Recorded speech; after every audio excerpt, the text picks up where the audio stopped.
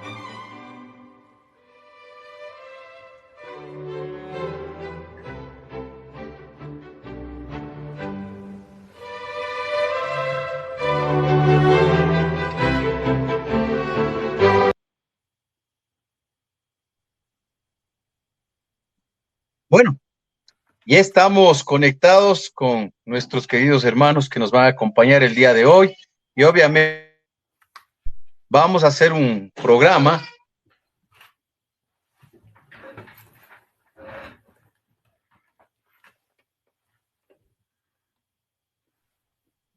Gracias, reitero el saludo que tengo con todos ustedes todos los días miércoles a partir de las 19 horas y esperemos que nuestros queridos hermanos ya estemos contactados igualmente también con nuestro invitado especial, en este caso, el sociólogo Óscar Uquillas. Buenas noches, mis queridos hermanos, público en general. En nombre de Sociedad Activa entre la Escuadra y el Compás les damos la más cordial bienvenida. Gracias por acompañarnos todos los días miércoles a partir de las 19 horas.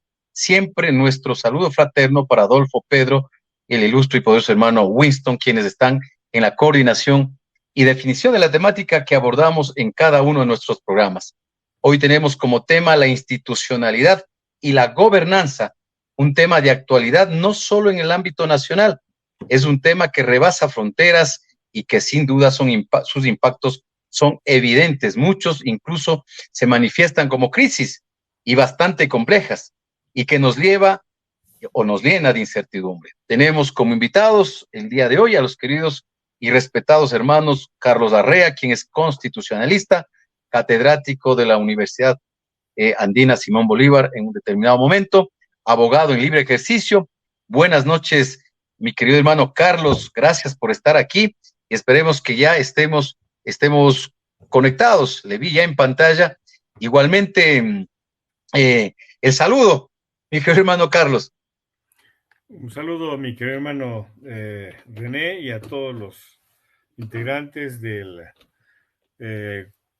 Soberano Consejo del Grado 33, en especial al Soberano Gran Comendador Winston Gómez y su comitiva y todos los hermanos que estén vinculados o integrados en este medio digital. A tus órdenes, mi querido hermano. Gracias, mi querido hermano Carlos. Le escucho muy poco. No sé si me puede ayudar subiendo el volumen de, de su máquina para de esa manera tener un mejor retorno por acá. No sé cómo me escucha usted allá. Le escucho muy bien. Eh, Perfecto. René. También nos va a acompañar nuestro querido y respetado hermano Rommel Jurado, quien ustedes saben que es especialista en derechos humanos, en especial sobre el derecho de la comunicación, catedrático igualmente, asesor jurídico, y siempre nos está acompañando cuando requieren o requerimos el análisis y el punto de vista de nuestro querido hermano Rommel. Y en el transcurso del programa, igual tenemos a Oscar Urquilla, sociólogo, magíster experto en institucionalidad pública, ex subsecretario de Reforma Institucional y el Estado, ex subsecretario de la Administración Pública y asesor de la cooperación alemana. Reiteramos, el tema que nos acompaña es la institucionalidad y gobernanza. El tema, reitero, que nos convoca es este que está de actualidad y bueno, y siempre estamos nosotros viendo qué es lo que eh, siempre estamos viendo algo que nos permite realmente entender estos temas, contextualizar estos temas, pero yo creo que en el transcurso del programa vamos a ver cómo nos vamos desarrollando esta temática. Bueno, en todo caso, mi querido y respetado hermano Carlos, quiero empezar con usted, con algo que es fundamental. Ya tenemos a Rommel también, muchas gracias por estar aquí. Y tu saludo, ya habíamos adelantado con los antecedentes, pero vale la pena reiterar, Rommel Jurado es especialista en temas de derechos humanos, sobre todo en el ámbito del derecho a la comunicación, catedrático, asesor jurídico. Igualmente tu saludo, mi querido hermano Rommel. Queridos hermanos, es siempre una alegría encontrarme con ustedes. Fuerte abrazo, Carlos, fuerte abrazo, René, fuerte abrazo a los hermanos que nos ven y nos escuchan. Gracias, mi querido hermano Rommel, por ese saludo y acompañarnos. Y ya nos comunican que en breves momentos también estará con nosotros nuestro querido amigo Oscar Uquillas, quien también es especialista en temas relacionados con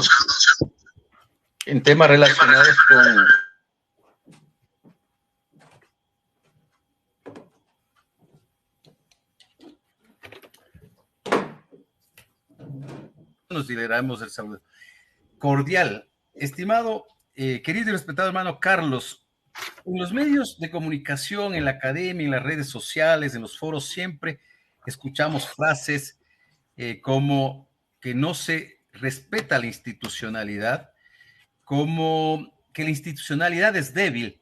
Alguien dijo, vamos a reinstitucionalizar inclusive el país, el Estado. ¿Qué mismo sucede con la institucionalidad en nuestro país para que justamente se den este tipo de comentarios y por analistas y que son especializados en el ámbito y a veces también dentro del marco de la ciudadanía en general? Buenas noches, reitero el saludo y gracias por acompañarnos, mi querido y respetado hermano Carlos Larrea. Gracias, mi hermano René. En efecto, hay muchos comentarios sobre la institucionalidad del país. Y esto, aquellos quienes estudiamos un poco el desarrollo constitucional de nuestro país, podemos ver de que cíclicamente, entre 10, 15 años, hay una modificación del texto constitucional. Y este obedece doctrinariamente al grupo de políticos o de gobernantes que se encuentran en el poder. Tal es así que hemos tenido buenas constituciones que tienen en su normativa grandes instituciones que han venido incorporándose en el país. Pero obviamente cuando comienza a decantarse ese proyecto jurídico, generalmente la contraparte que no estuvo dentro del proceso comienza a objetarlo y determinar de que es necesario un cambio del modelo o del sistema. Y esto hace que cíclicamente tengamos una revisión de nuestros textos constitucionales. Muchas veces hemos escuchado que tenemos muchas constituciones en nuestro país, Podría ser cierto eso, pero la Constitución obedece a un pacto social. El pacto social que nosotros como ciudadanos creamos a través de los políticos que nosotros designamos como constituyentes o como asambleístas.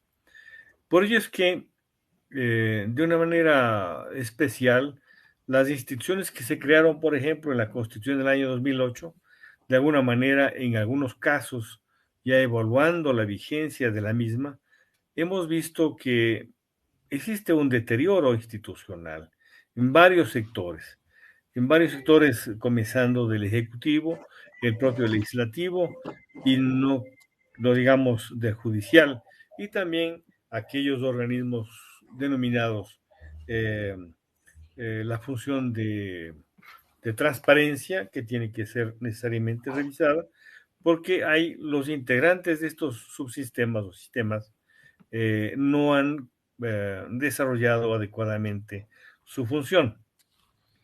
Pero en efecto, nosotros tenemos 22 constituciones en el país. Pero a mi criterio, lo que tenemos es un acto fundacional que se desarrolló, se ejecutó en Riobamba en 1830 y hemos tenido 22 enmiendas constitucionales porque no podemos decir que cada 10, 15 años estamos constituyendo un nuevo país, sino lo que estamos haciendo es enmendando el pacto social que hemos creado originalmente a través del pueblo soberano y que se ha pronunciado sobre ellas. Es cierto que hay ciertas falencias, por cuanto la sociedad representada por el sector político no ha sabido asumir la responsabilidad como históricamente le exige el pueblo, y hemos tenido intentos fallidos permanentemente en la construcción de una sociedad más justa y más libre. Además, hay un concepto muy chiquito que quería citar para comenzar esta charla, de que hablaba Mario Monteforte en uno de sus escritos. Decía: la democracia surgió de una mentira y no se ha podido desembarazar de ella. Y eso es verdad. Y también hablamos de que Bobbio dice que en el momento que nosotros nombramos a un representante nuestro, dejamos de ser libres. Es muy, muy importante. Ahora, ¿qué es lo que nosotros queremos como instituciones democráticas?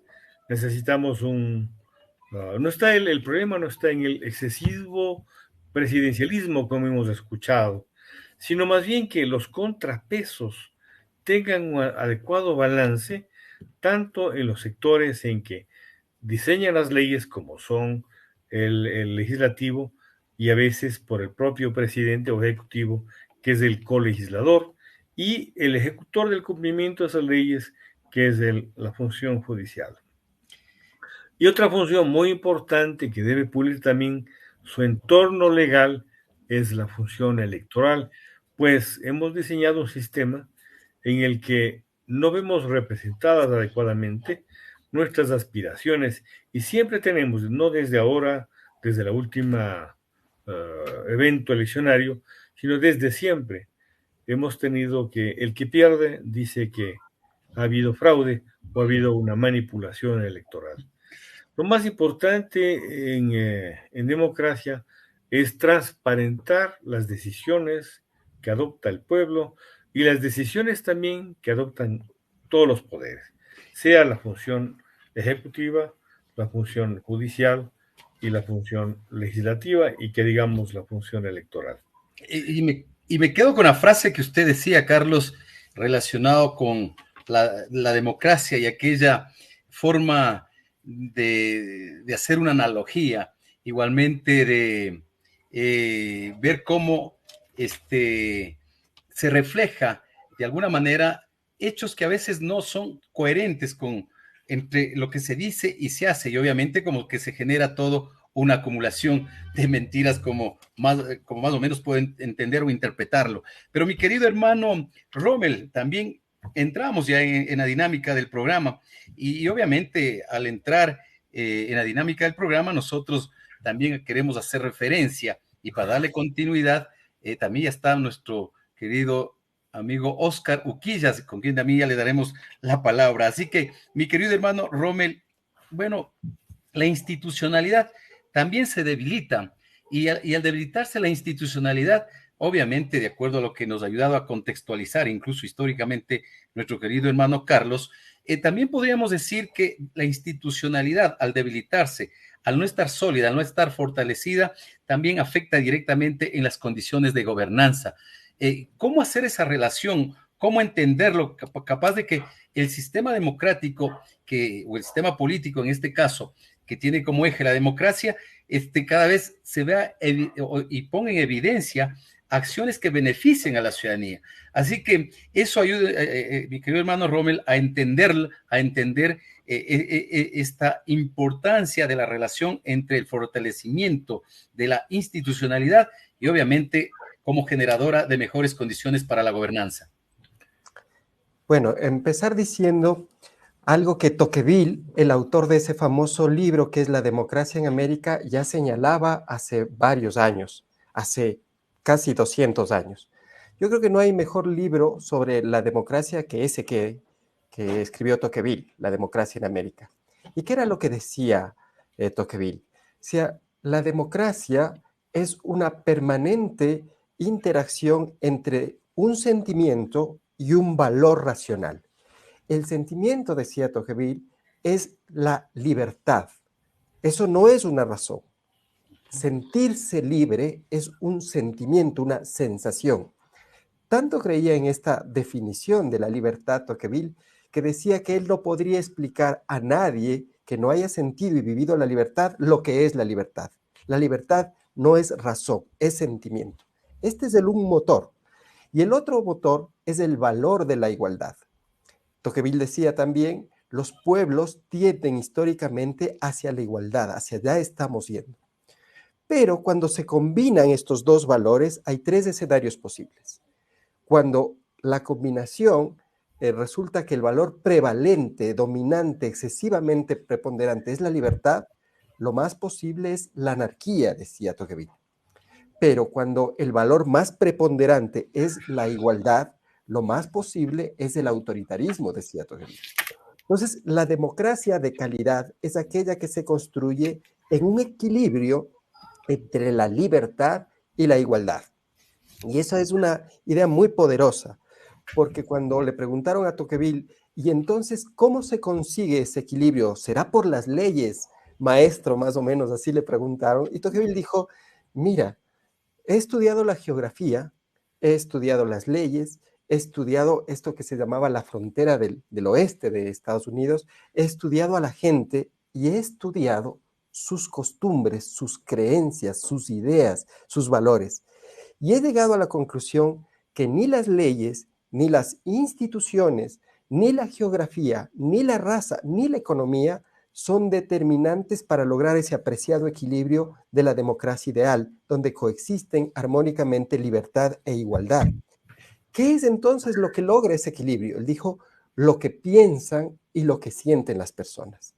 La clave de la buena democracia está en esto que ahora modernamente se llama la cultura política, y que Tocqueville no usó esa palabra, pero se refería a esas actitudes que tienen los ciudadanos para convivir con otros ciudadanos.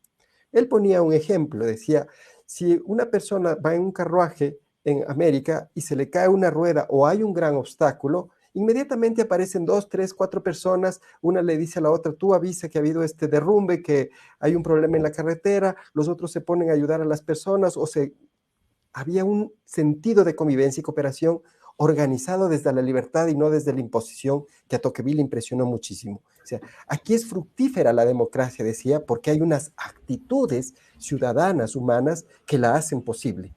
Y eso no se puede trasladar, porque si la democracia fueran las leyes y las instituciones, entonces con las leyes y las instituciones copiadas, se podría tener democracia de buena calidad en todas partes.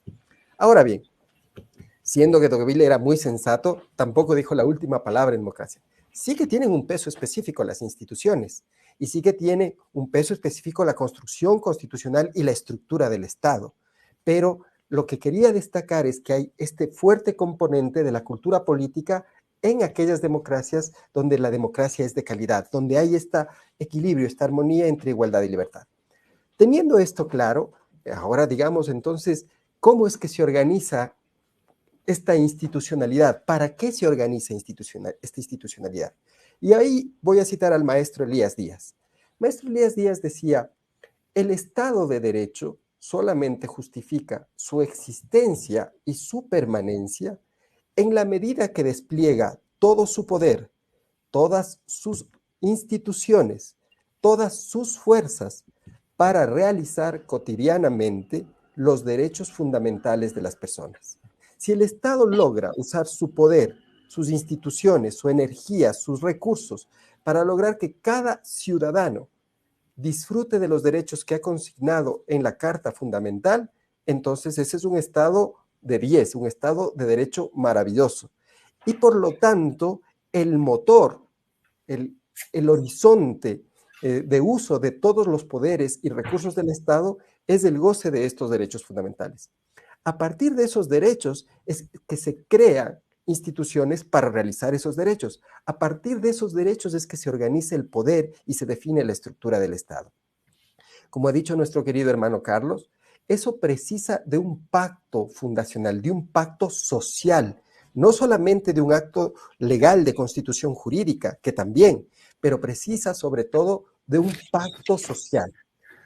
Y para referirme al pacto social voy a citar también un ejemplo muy conocido, que es el Pacto de la Moncloa, ese que permitió retornar a la democracia en España después de la muerte de Franco. ¿Por qué cito este pacto social? Porque hay todas las fuerzas de derecha, todas las fuerzas de izquierda, e incluso las fuerzas de extrema derecha e izquierda que había en esa España, dijeron, todos cabemos en este país. Este país es de todos nosotros, nadie se va a ir, todos vamos a estar incluidos. Y vamos a respetar las reglas de la democracia para disputarnos el poder de gobernar.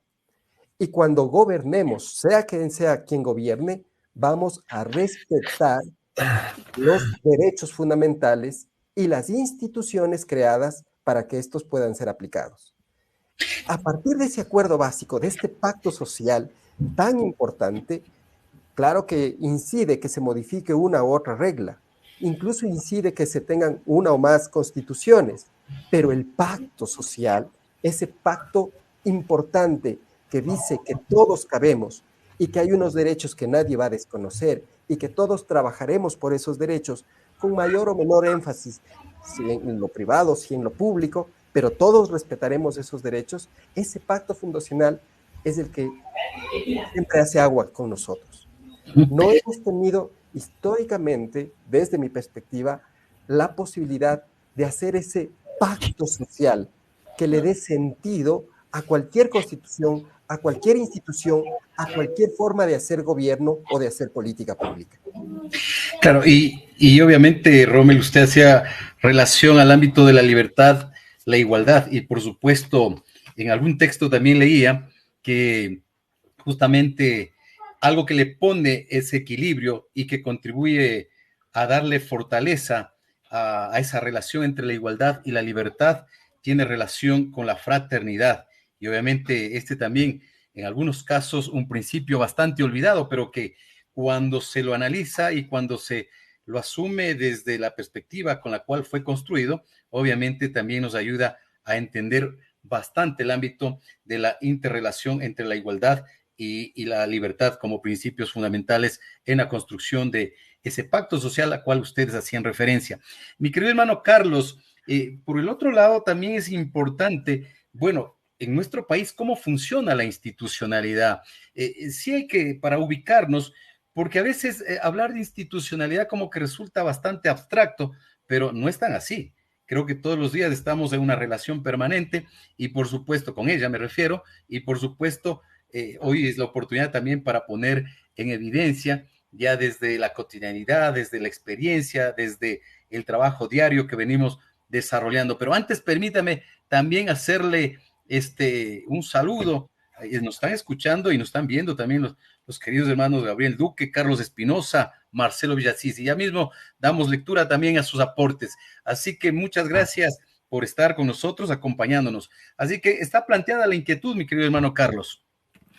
Sí, muy interesante lo que expuso el querido hermano Rommel. En efecto, la discusión hermenéutica de qué es, de dónde nace el equilibrio que debe existir entre el tipo de democracia o el tipo de libertad que debemos nosotros promover o respetar. Para Locke, la democracia, perdón, la libertad es un conjunto de derechos naturales que persiguen todos los ciudadanos amparados en su condición humana, pero supedita siempre la libertad al bien individual y a la propiedad. Obviamente Locke es uno de los pensadores liberales fundacionales del liberalismo económico, político y filosófico. En cambio, la contraposición es la de Rousseau, que dice que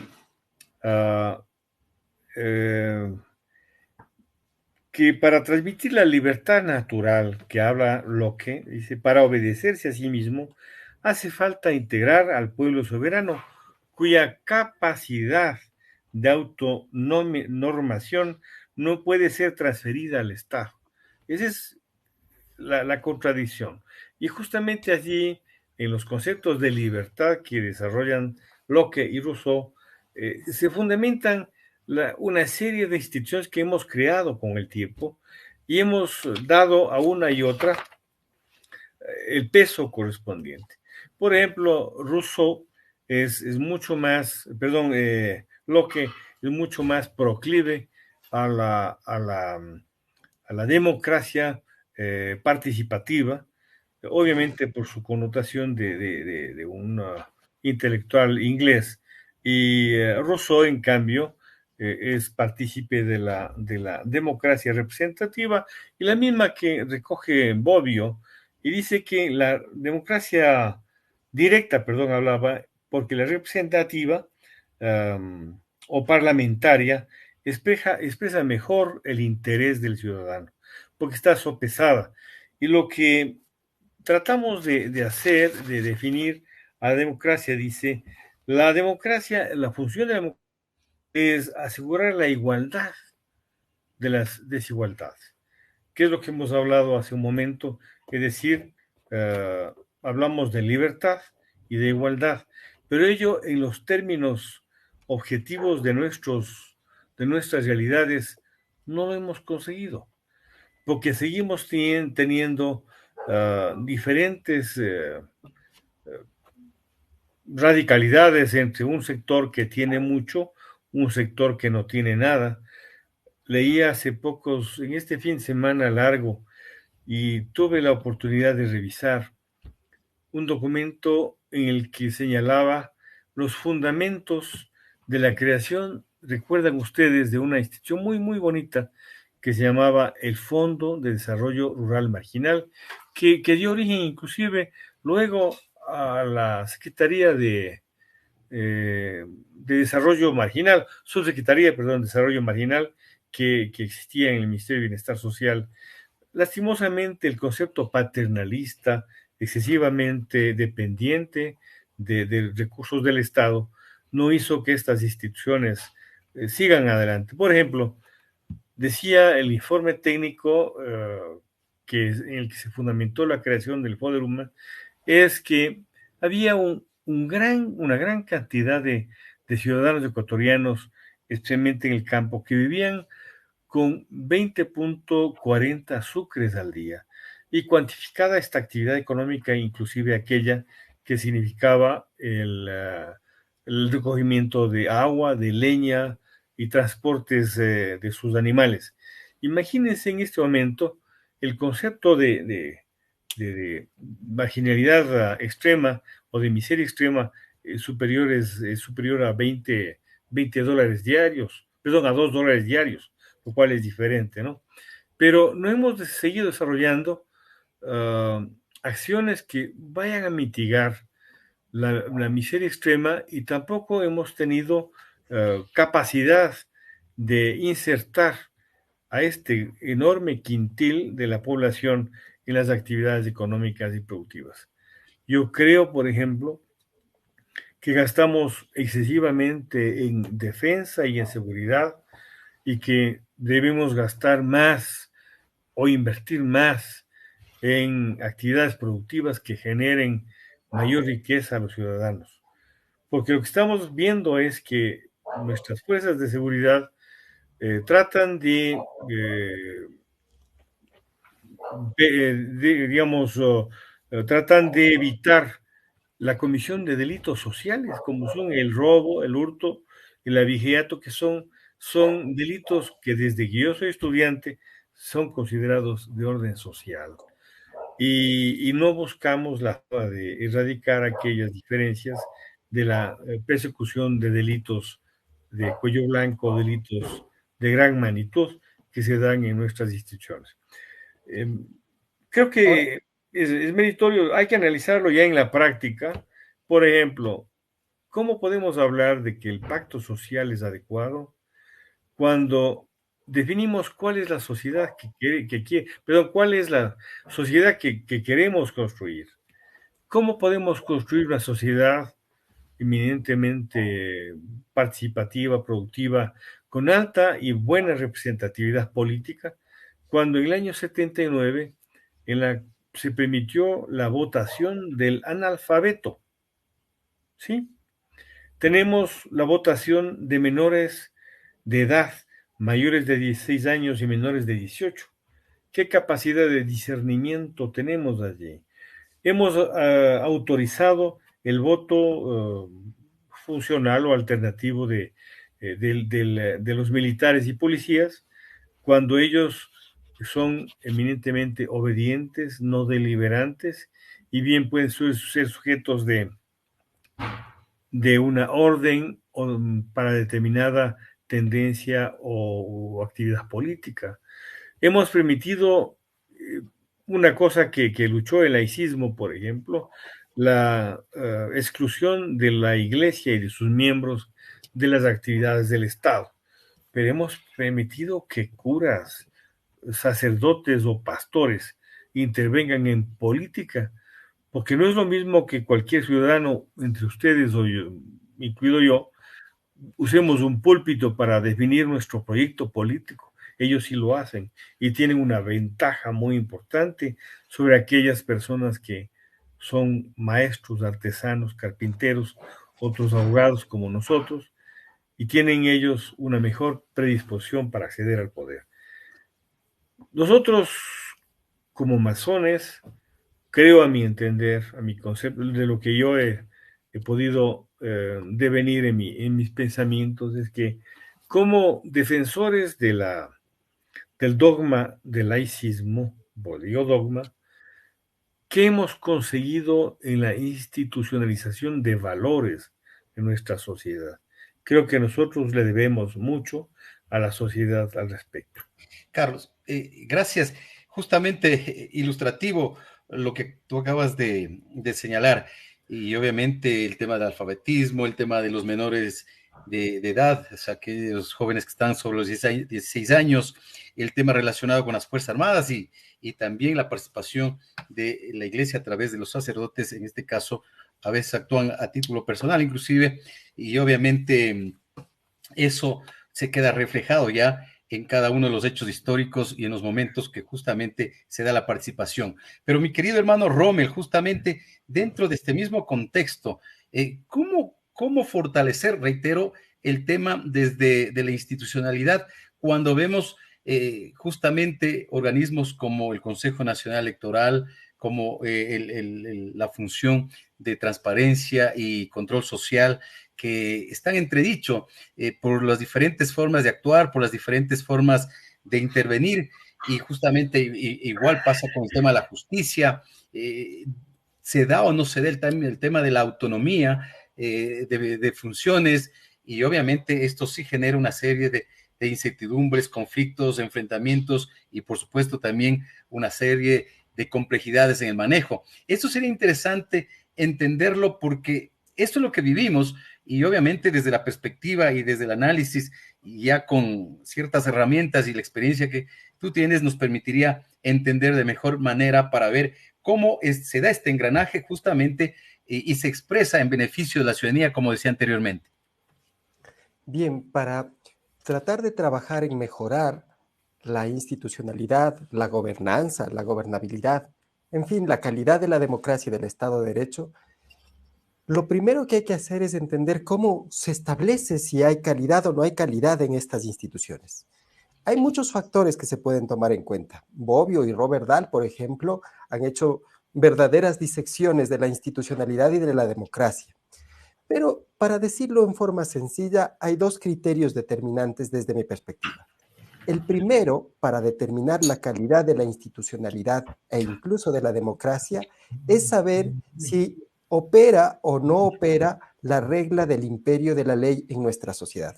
¿Cuál es la regla del imperio de la ley? Que ninguna persona, ni del sector público, ni del sector privado, está por encima de la ley.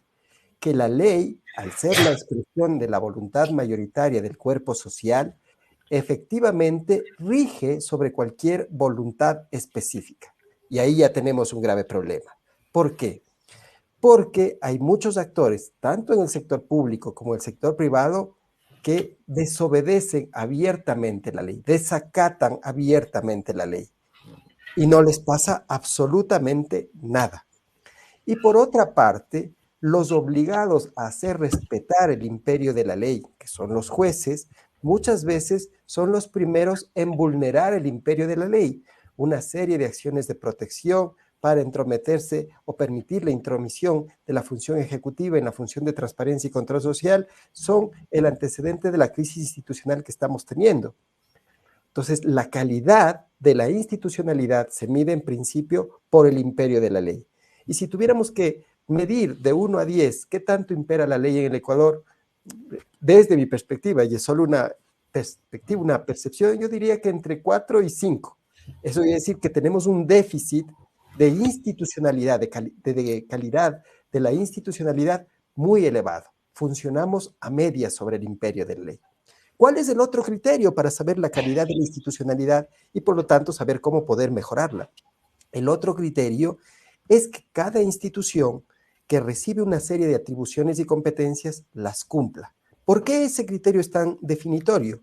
Porque si una institución cumple con sus atribuciones y competencias de manera eficaz y eficiente, lo que significa es que esa institución está logrando aplicar los derechos de los ciudadanos en su ámbito de competencia. Voy a poner un ejemplo. Si el Ministerio de Educación y el sistema educativo están funcionando bien, eso significa que todas las personas que están en edad escolar o que quieren estudiar y educarse están teniendo una oportunidad de hacerlo y esa oportunidad tiene calidad y consistencia. ¿Sí ven? En la medida en que se cumplen con las atribuciones y competencias que cada institución tiene, en esa medida se realiza también cotidianamente los derechos fundamentales de los ciudadanos.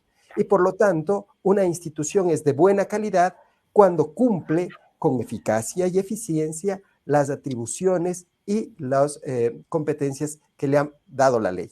Y ahí también nos queda debiendo el país, porque hemos registrado en los últimos años una enorme pérdida en la calidad de los bienes y servicios públicos que concretan el ejercicio de los derechos fundamentales. Entonces, ahí uno también se pregunta, ¿y eso por qué será? Y perdón que haga una valoración política, pero sirve para ilustrar el tema. Mire, si usted entra a un gobierno, como entró el presidente Lasso, y no tiene un equipo que sea capaz de entender la dinámica del sector público, que no sabe hacer planificación pública y que tiene problemas para ejecutar el presupuesto público, lo que tiene es una ineficiente gestión de las instituciones públicas.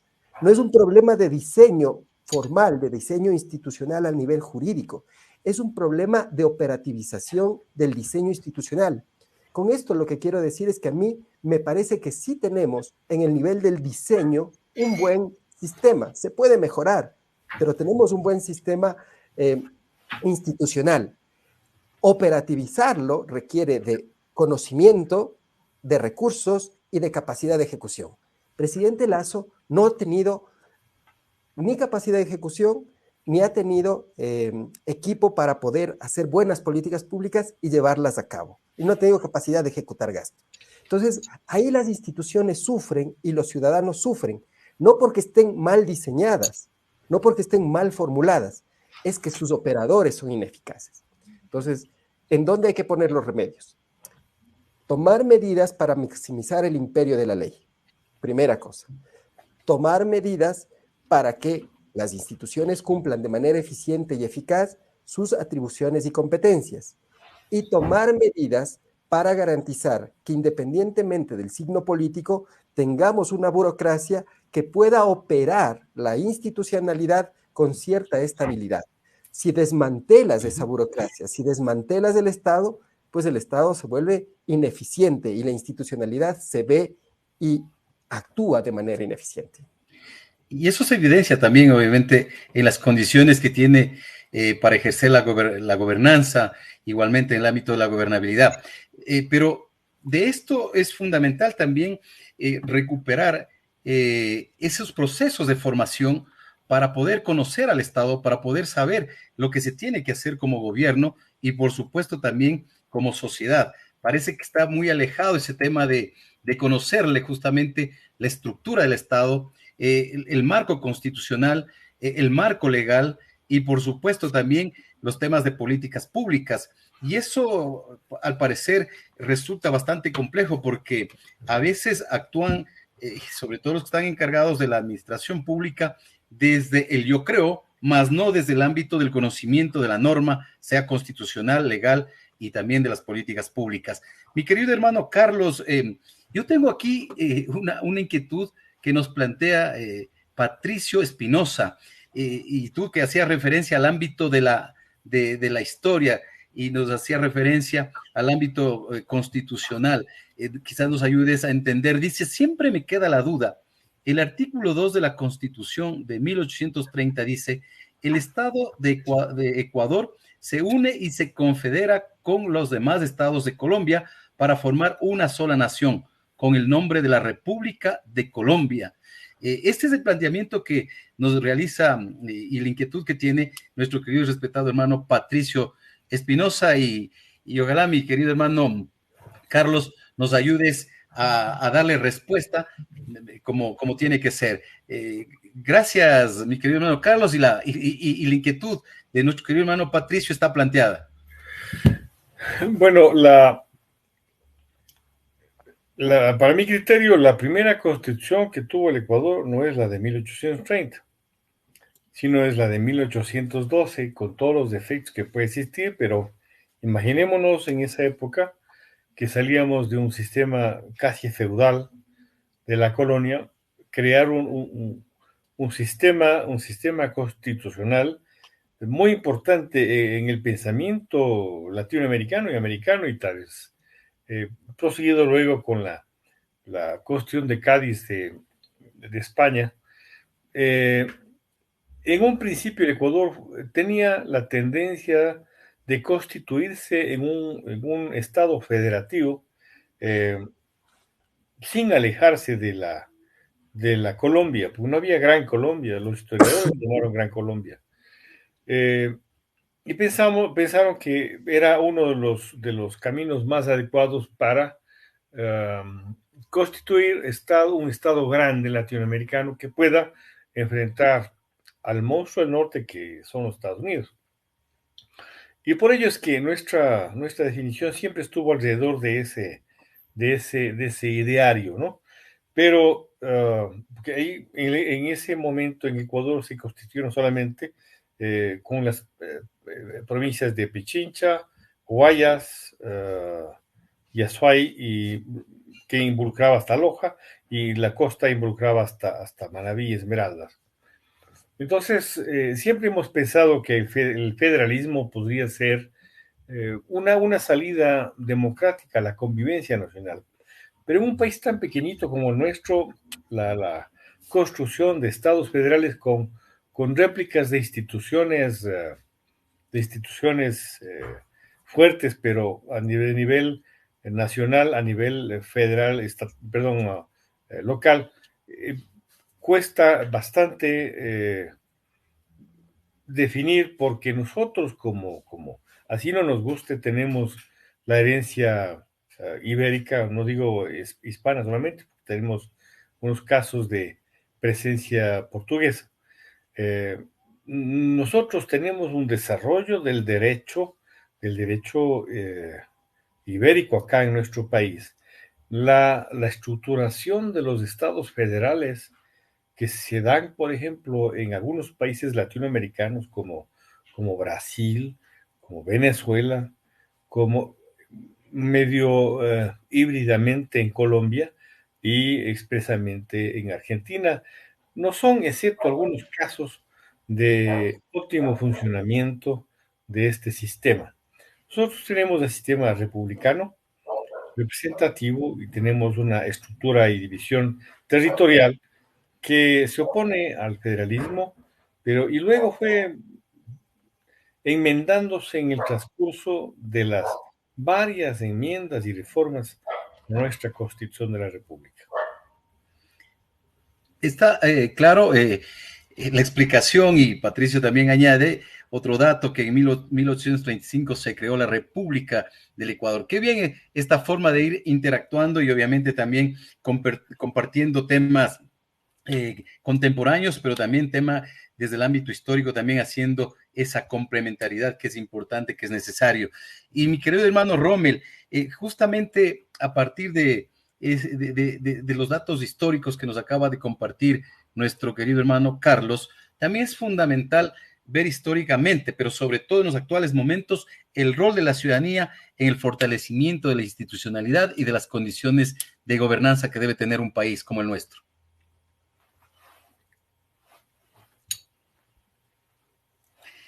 No se te escucha, mi querido hermano Rommel, parece que nos quedamos sin micrófono. Ahí está. Ahora sí, Mira, gracias. Como habíamos empezado señalando esta frase de Tocqueville o esta idea de Tocqueville, que lo más importante, lo que realmente permite una calidad de democracia elevada, está en las personas. Y es lo que modernamente se conoce como cultura política. ¿Qué tanto se involucran los ciudadanos en los asuntos públicos? ¿Qué tanto participan los ciudadanos en los asuntos públicos? ¿Qué tanto ejercen los mecanismos de la democracia directa?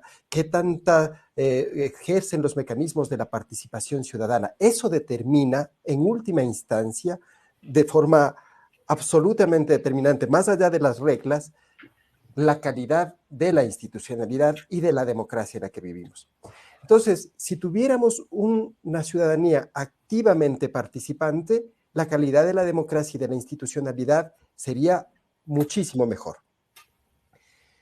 Voy a contar un par de cosas. La primera cosa es que cuando uno examina cuántas personas se enteran de asuntos de interés general en el país, buscan información sobre asuntos de interés general en el país y qué medios usan, se encuentra con la durísima realidad que apenas el 25% de las personas del país, el 25%, tienen interés en temas de asuntos públicos.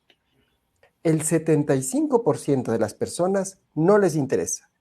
Por lo tanto, solamente hay consumidores de información de relevancia pública en un 25% en el medio que es el que más cobertura tiene, que es el de la televisión de señal abierta. Y luego va descendiendo muchísimo. Y ahora, últimamente, ese 25% ya no le pertenece solo a la televisión abierta, sino que se comparte con las redes sociales, que se está convirtiendo en el mecanismo más ágil y más explícito para ese 25%. Pero es que el otro 75% no ve televisión, no escucha radio, no consume redes sociales. Sí, claro que lo hace, pero lo hace buscando programas de entretenimiento. No le interesa la discusión pública. Entonces, tenemos una muy mala calidad de la cultura política y la cultura ciudadana con los consecuentes impactos en la institucionalidad, porque tenemos a 3/4 partes del país desinteresados en los asuntos públicos. No tenemos una ciudadanía que se involucre, no tenemos una ciudadanía que quiera mejorar las instituciones. Y por otro lado, todavía tenemos, aunque tengamos instituciones que tienden hacia la igualdad, que plantean el respeto de este valor de la igualdad en todos los ámbitos, todavía somos una sociedad muy arraigada en el privilegio y en la discriminación. Mira, tú vas a una ciudad europea y el alcalde se transporta en el metro o en el bus o en bicicleta. Y cuando tiene que ir a curarse de una enfermedad, va a la seguridad social. Y sus hijos estudian en escuelas y colegios públicos. De hecho, la mejor educación universitaria es la educación pública. Pero aquí, incluso los actores que dirigen el sector público, aquellos que son responsables de la política pública, no se curan en la salud pública, no van sus hijos a los colegios públicos, no usan el transporte público. Ellos son los primeros detractores de lo público, aunque sean parte de lo público. Y además es esa ratificación de que soy mejor, de que tengo un privilegio, de que tengo la posibilidad de privatizar todas estas cosas que he señalado, privatizar en el sentido de que mis consumos son privados al respecto. Entonces, eso es un gravísimo problema de nuestra ciudadanía, de nuestra cultura ciudadana. Mira, otra cosa con la que coincido con nuestro querido y respetado hermano Carlos es que el Estado fomenta una cultura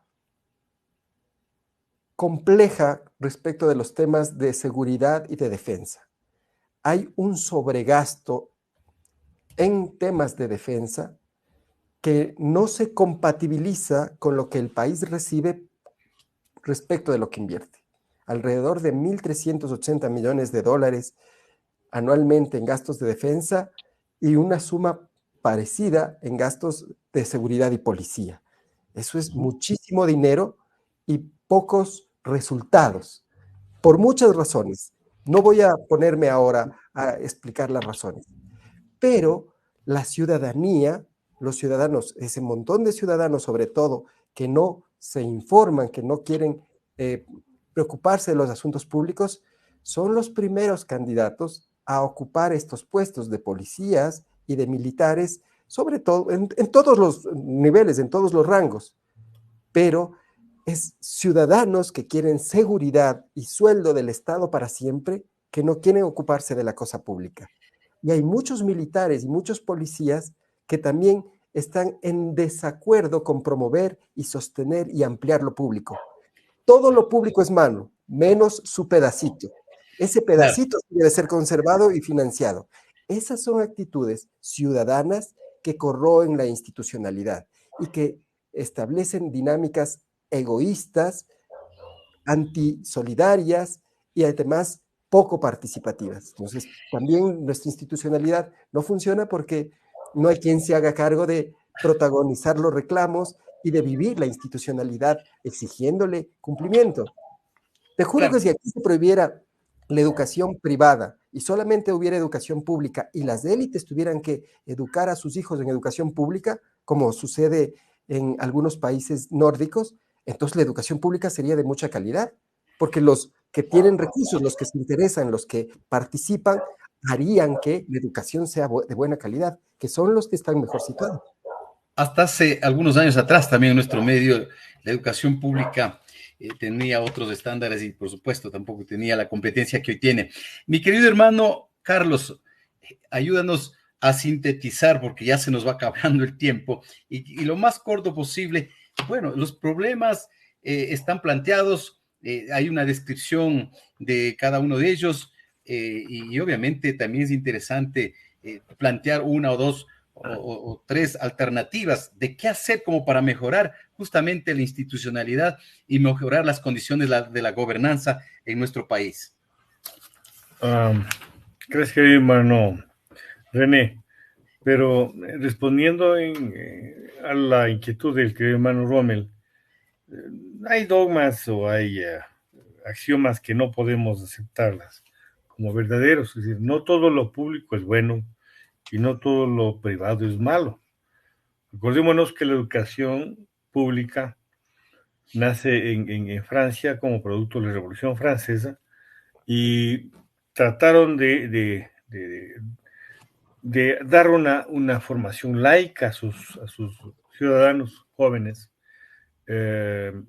y quitando la concesión casi vitalicia que tenía la Iglesia de formar a los ciudadanos, y los ciudadanos que se formaban en ese sector eran los futuros gobernantes, en detrimento de aquellos gente del pueblo que no recibía la formación adecuada.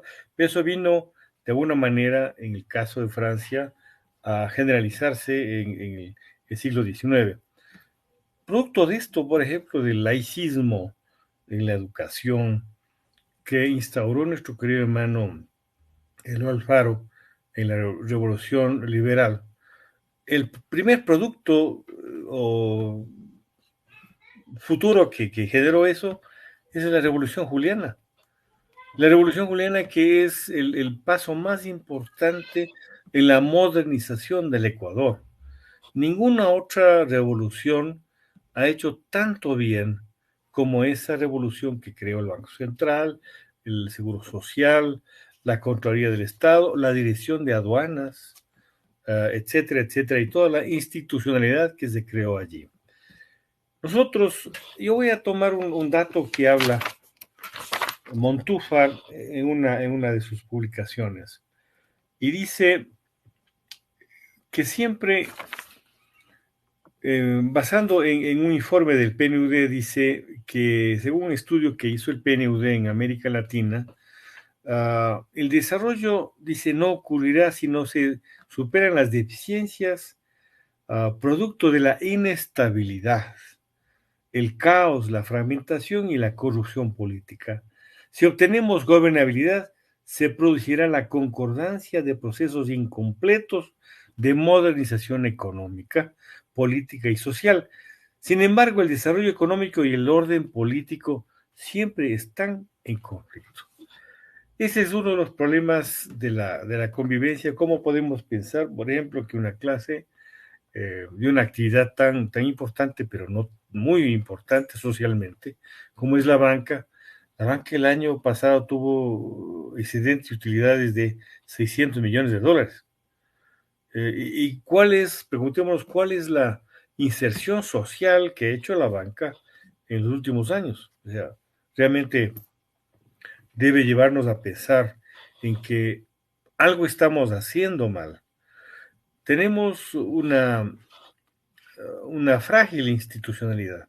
No sé si ustedes han revisado las estadísticas que ha generado la Ley de Economía Popular y Solidaria, por ejemplo, desde su expedición en la década pasada, y cada semana cierran algunas cooperativas de ahorro y crédito, o son fusionadas, absorbidas o simplemente cierran, buscando que vayan viviendo, digamos, aquellas instituciones que son más fuertes económicamente y que tengan una representación social, porque hay realmente cooperativas que son verdaderos bancos, tanto aquí en Quito, en la costa o en el Azuay. En el Azuay creo que hay una cooperativa que es Jardín Azuayo, que tiene más de 300,000 socios y capitales que superan los 1,000 millones de dólares en activos, 1,000 millones de dólares.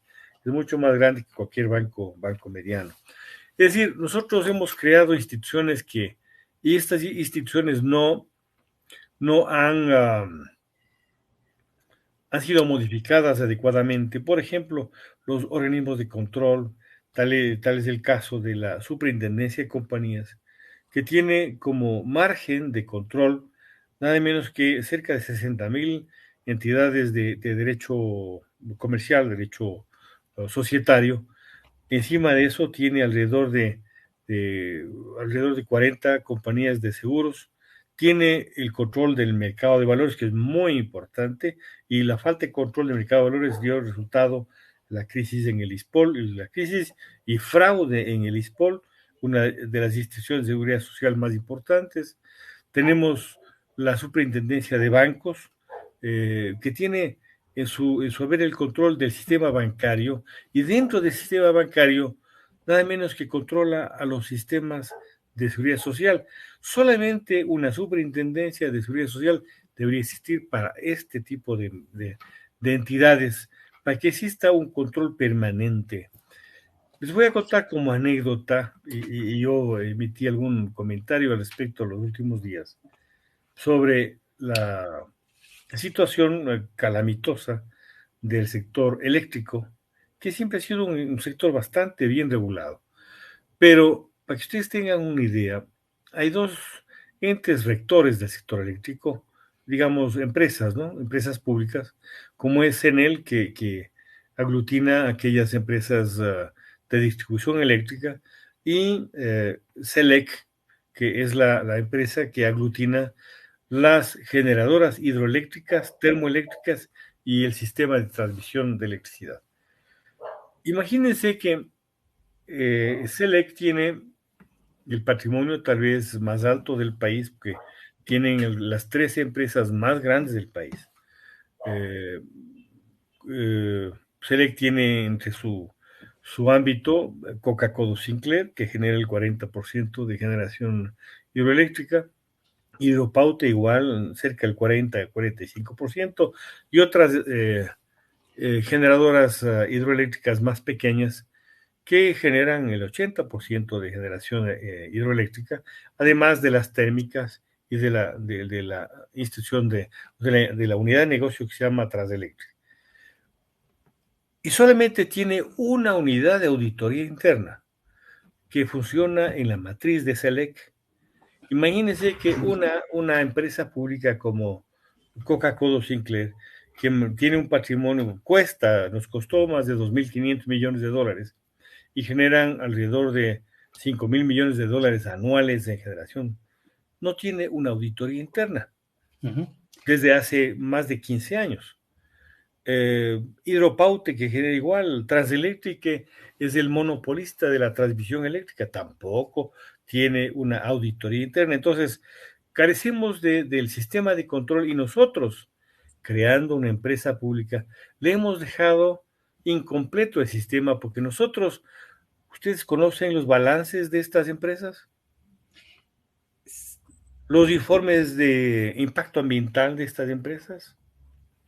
Los informes de responsabilidad social de estas empresas? Pues no conocemos. ¿Sí? Nos asustamos cuando el ministro de Energía decía que Ecuador no tiene contabilidad actualizada. Pues yo estoy seguro que ninguna de estas empresas tiene contabilidad actualizada y tampoco tiene sistemas de auditoría interna adecuados. Está claro, entonces, mi hermano Carlos, lo que hay que hacer, crear sistemas de control, sistemas de regulación que nos ayude justamente a evidenciar aquellas debilidades, y nos vamos a tomar unos 10 minutitos más para ir cerrando el programa. Ahora, mi querido hermano Rommel, ¿qué hacer para mejorar? La misma pregunta, el tema de la institucionalidad para la calidad de la democracia, fortalecer la institucionalidad, las condiciones de la gobernanza, una vez que ya hemos escuchado y hemos visto también el tema del sinnúmero de problemas, de debilidades que vamos encontrando, pero obviamente este es un proceso en construcción. Mi querido hermano Rommel, ¿qué hacer al respecto? Mira, hay varias cosas que ya han sido insinuadas, ¿no? La primera de ellas es tomar medidas para que el imperio de la ley se amplíe. Y eso no pasa por el diseño institucional, sino por mejorar la cultura política. Tenemos que lograr que ese 75% de personas que no tienen interés en lo público se involucren, participen, protagonicen pues, los debates ciudadanos respecto de todo lo que es importante, de todo lo que es público. Y es verdad que lo público no es bueno por ser público, ni lo privado es malo por ser privado. Hay cosas públicas que marchan muy mal. ¿Por qué marchan muy mal? No hay cultura ciudadana, no hay buenos equipos, no hay capacidad de ejecución y entonces está mal. Pero hay un conjunto de bienes y servicios públicos que deben ser garantizados a todos los ciudadanos como un mínimo básico de igualdad para que puedan desarrollar sus proyectos de vida y luego, pues en uso de su libertad, pues crecer y desarrollarse en ese sentido. Esas son las cosas que hay que mejorar. Imperio de la ley, cultura política.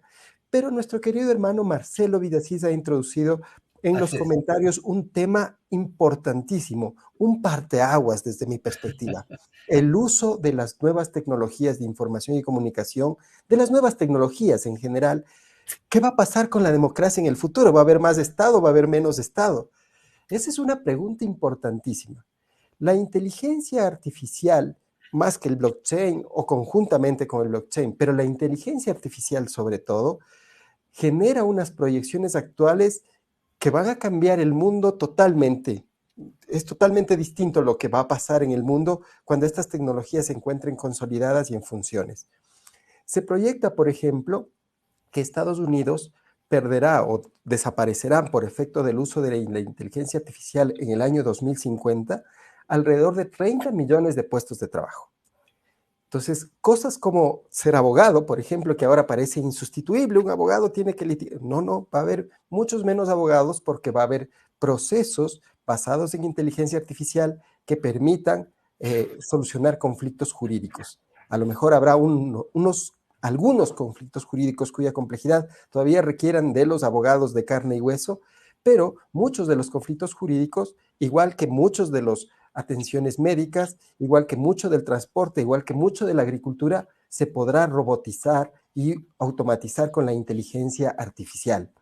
¿Va a haber más o menos Estado? Yo creo que mucho menos Estado, pero también van a haber muchas menos plazas de trabajo en el sector privado porque la tecnología permite que todo el trabajo que ahora están haciendo personas, incluso muy capacitadas, se pueda hacer a través de la tecnología. Recientemente la tecnología GPT, me parece que se llama, es esta tecnología de Microsoft de inteligencia artificial, ya puede producir, por ejemplo, cosas bellísimas en cuanto a poética y narración.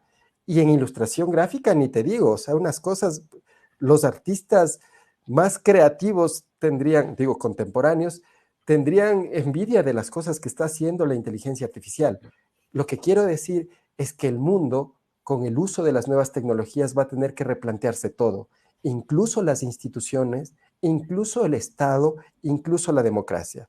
Y por otra parte, nuestro querido hermano Marcelo plantea también una cosa bien interesante. Hay una fuerte corriente contemporánea que busca radicalizar el valor o el sentimiento de la libertad y tener independencia no solo del Estado, menos Estado, sino también independencia, por ejemplo, de los sistemas financieros. La idea del Bitcoin fue, en cierta medida, lograr independencia financiera, control de la moneda para comprar bienes y servicios, para intercambiar bienes y servicios, sin depender de los sistemas financieros que se llevan tanta utilidad, pero también sin depender del Estado. Es decir, las nuevas tecnologías proponen nuevas vías para ejercer la libertad y también proponen formas de, no voy a decir desarmar el Estado, pero que obligarán a tener que reinventar el Estado y el sector privado también se va a tener que reinventar. Creo que Marcelo ha puesto uno de los elementos que de aquí al futuro, y al vuelo del futuro cercano, van definitivamente a dejar casi sin sentido las discusiones que hasta ahora podemos mantener, porque son discusiones, como lo hemos visto, de la modernidad, desde el 1600 y pico, desde el siglo XVII hasta este siglo XXI. Pero lo que viene en poquitos años lo va a cambiar todo. Gracias, mi querido hermano Rommel. Justamente estaba por plantear esa inquietud, pero si adelantaste, y qué mejor darle respuesta a nuestro querido hermano Marcelo Villasís. Bueno, también acá tengo algunos textos. Nuestro querido hermano Gabriel Duque dice: saludos a todos en el Día del Masón. Justamente nuestro saludo como sociedad activa entre Escuadra y el Compás y quienes lo hacemos, el saludo a todos nuestros queridos hermanos en este día especial. Igualmente a Marcelo Villasís, que él siempre está escuchándonos desde Pedro Vicente Maldonado. Así que ahí tenemos también la participación de nuestro querido y respetado hermano Francisco Orejuela Escobar también, que está en nuestra sintonía, y por supuesto Patricio Espinosa y a quienes nos han acompañado en este programa. Pero antes de cerrar, quiero agradecerle a Carlos, igualmente también a Rommel y a todos los que nos han escrito, y pedirles también disculpas a nombre de Oscar Uquillas, quien lamentablemente tuvo un problema de carácter tecnológico y no pudo conectarse, pero algún momento estaremos con su conocimiento y su experiencia también en este mismo espacio para de esa manera que nos ilustre sobre alguna temática que podamos definir en el futuro. Pero a manera de conclusión, creo que en este programa es importante que para consolidar la gobernanza, la institucionalidad y la gobernanza, nosotros como orden, siempre en los momentos que estamos en pasos perdidos, hacemos en el momento del brindis algo que es fundamental y que a veces pasa desapercibido porque no la interiorizamos como debe ser. Juramos por la República del Ecuador y sus signos fundamentales, esto es importante cuando se está constituyendo y se está hablando de temas como la institucionalidad en nuestro país, fundamentalmente, respetar y cumplir la ley. Así no estemos de acuerdo, pero es importante cumplir y hacer cumplir la ley. Y si no estamos de acuerdo, por supuesto, también tomar la iniciativa para plantear alternativas y desde el ámbito que corresponde justamente llevar las reformas o los cambios que son importantes y necesarios. Así que siempre trabajando en beneficio de la humanidad y qué decir de nuestros compatriotas. Así que a manera de conclusión, igualmente trabajamos justamente para fortalecer, reitero, el tema de la institucionalidad y la gobernanza sobre principios fundamentales como la libertad, la igualdad y qué decir de la fraternidad. Así que reiterar mi agradecimiento a nuestros queridos hermanos Carlos Larrea, Rommel Jurado, por darnos un salario sumamente importante, trascendental y que aportan en la formación de cada uno de nosotros. El tiempo siempre es nuestro dictador. El tiempo siempre es nuestra limitante, pero hoy nos hemos tomado 10 minutos más. Quiero agradecerles una vez más a cada uno de ustedes y ojalá podamos tener espacios de esta naturaleza y por supuesto también interactuar con nuestros queridos hermanos. Muchas gracias, mi querido hermano Carlos. Muchas gracias, mi querido hermano Rommel. Un saludo. Gracias a ustedes. Un saludo, querido Carlos, querido René, que tengan buena noche. De igual manera a ustedes y a todos los hermanos que nos han acompañado. Hasta aquí llega, y público en general, nuestro programa Sociedad Activa entre la Escuadra y el Compás. La próxima semana estaremos hablando de un tema importante, la degradación del suelo en el ámbito urbano, rural y por supuesto también con un enfoque desde el ámbito de la ecología.